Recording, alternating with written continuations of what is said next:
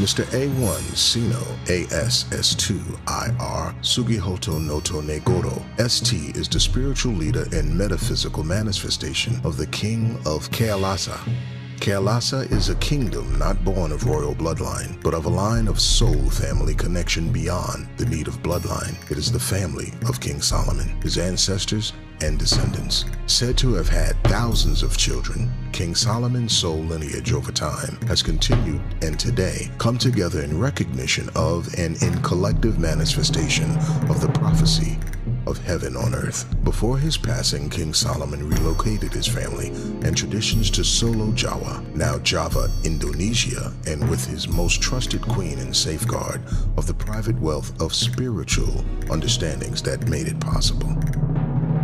In 1064, Kailasa royal family made contact and agreements with the Templar Knights in Europe, who had created the first working bank system connecting Europe with the Holy Land. On Friday the 13th, 1307, the Pope conspired with the French king to steal the assets and kill the Templars across Europe, ending the dream of a prosperous Europe and establishing instead the Dark Age. Throughout the past millennium, gold continued to flow into Indonesia from merchants wanting spice. The Spanish Inca treasure was spent buying Chinese luxury goods, who in turn exchanged it for spice from Indonesia. Over time and many setbacks, this relationship created a union of the Indonesian and Swiss banks in the 1900s, with the creation of the SWISSINDO World Trust International Orbit, which holds and monetizes the value within the unlimited accounts in the Swiss Union Bank of Metal, while the assets remain in Indonesia. When the United Nations formed, it was registered in Indonesia within the SWISSINDO World Trust International Orbit. Today, his family is known as the Royal House of Kailasa.